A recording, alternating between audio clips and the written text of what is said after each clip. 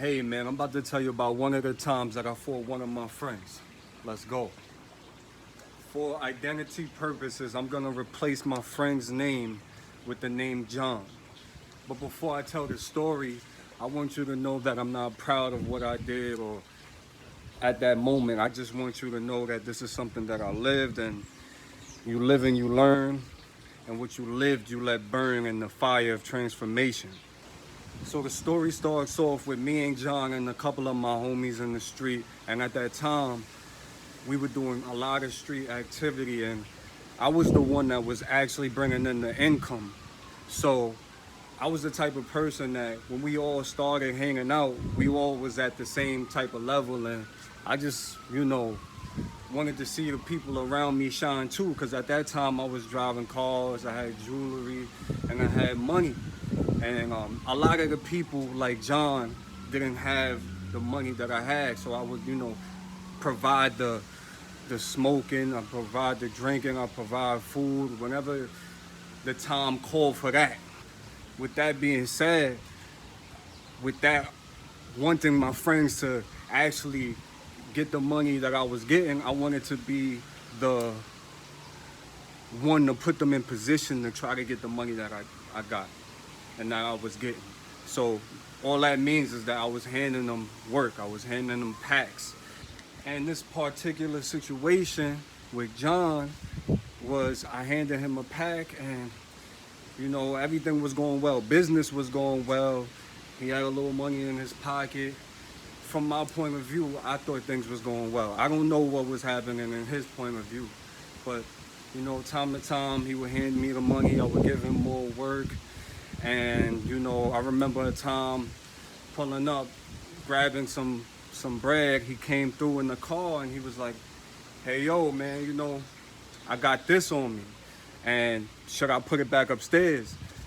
And my reply was, "Yes, you should put that back upstairs. It's hot out here. Police is out here, and you're not coming in my car with that." So he went upstairs and then he came back down with the bread. So as time goes on, things started, the times of the payment started to get further and further away from what should be the time allotted for what the amount of work that I gave him. So, obviously I'm in the streets, I already know what's going on, but you give somebody an opportunity and they either, make something of it or they mess it up.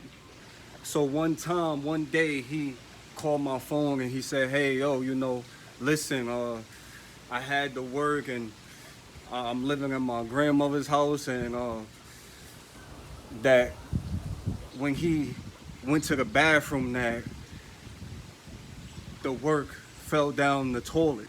So, me being in the streets and being the one that's able to put people in position, I done heard all type of lies and stuff like that. And he probably just came off the porch, and I guess he thought I was like a fool. But I already knew what it was. But this is my friend, this is my man's. John is my man, and I kind of like expected this, but I didn't expect the excuse that, look, you went to take a shit and the work fell down the toilet. That's the best excuse you came up with? So around that time, I was just like, I wasn't even thinking nothing of it, because I was running around doing what I had to do. I gave him a chance. He messed it up. Now he might have messed it up for life, but at least I took the initiative to try to help one of my friends get his money up. So months go by, and he still owes me the money, and something good happens. The kid actually gets a job, and he starts living life. He starts buying things. He starts having a smile on his face, and it was what's up. That was like that's what I wanted to see. It didn't matter how he got it. I wanted to see him happy. I wanted to see him happy getting money. Whether it came from this or whether it came from that, I wanted to see him happy. So every time I'm seeing him, he's telling me about his new job. I'm like, yo, that's what's up, man. Like, that's what's up, my dude. So one day he shows up, or he calls my phone and he says, "Hey, yo, I got that money for you."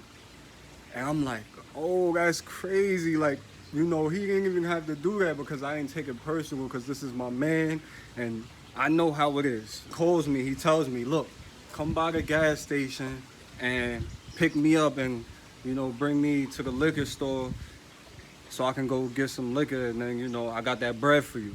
So I goes to pick him up. I tell him like, "Yo, listen, man, like, I'm proud of you. I see you happy right now. I'm proud that you got a job." And I had to let him know at that moment, like, "Yo, listen, man, not everybody's hustlers. So I'm glad that you got a job and you now getting the things that you want out of life, man. I'm proud of you." He kind of like took this the wrong way. He gave me the bread, I gave him a pound, and I'm like, "Yo, I'm gonna holler at you later." So I'm with my other mans. We drive down the block, going to do something else. I don't know what we was about to do at the time. And I get a text to my phone, and the same dude that I just dropped off, John, he's like, "Hey, yo, just because I got a job don't mean I'm pussy." And at that time, I never called him any names. I never said anything like that. It's basically how he felt about having a job. But how I felt in that moment with him saying this to me was that, like, maybe he thought I was pussy. That's how my mind was at the moment. Cause nobody mentions those words for no reason. So I call him and I'm like, "Yo, like, what is you talking about, man? Like, why nobody said you was pussy, man? Like, you feel me? What you mean by that?" So we start talking on the phone and he's like, "Yo, pull up in the back of the building." So I'm like, "All right."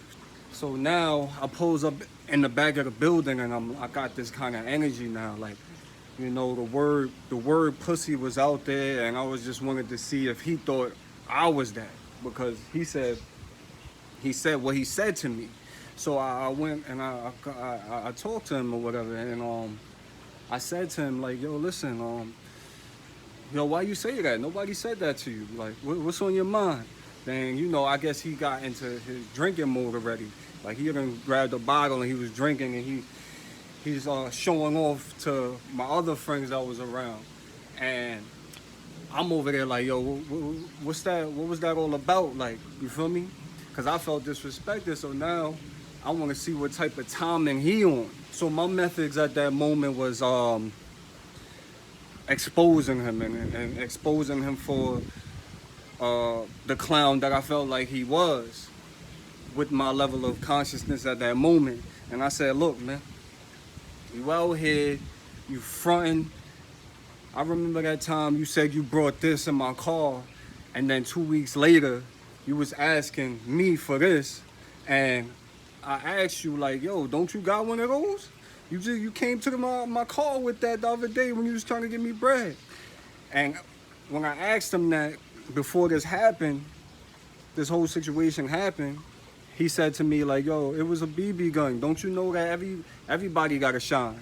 So in this moment where I want to clown him and expose him in front of everybody, I'm like, "Yo, listen, man, you want some clown stuff, bro?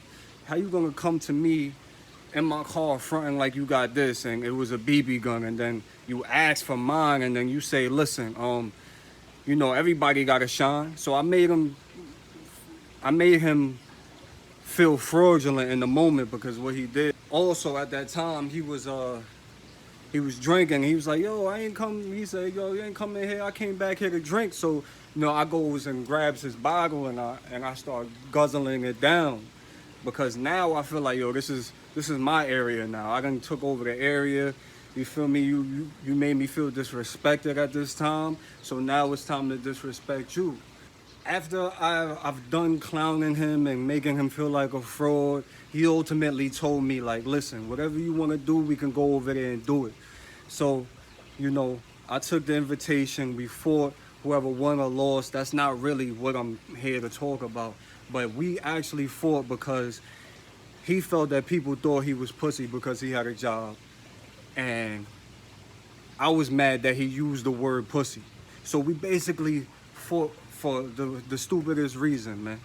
And it's unfortunate that in these neighborhoods, we fight for those reasons all the time. Now, we need to be conscious about what we're gonna fight for, because now me and this guy's relationship is not the same no more. We made it up, but it's never gonna be the same because I put my hands on him, and there's really no coming back from that unless you can really, forgive and forget. And most of the time, these things will reoccur in your mind, and it's like, yo, I don't like this person because of what they did, and now I messed up a potential friendship that could have been for life, man.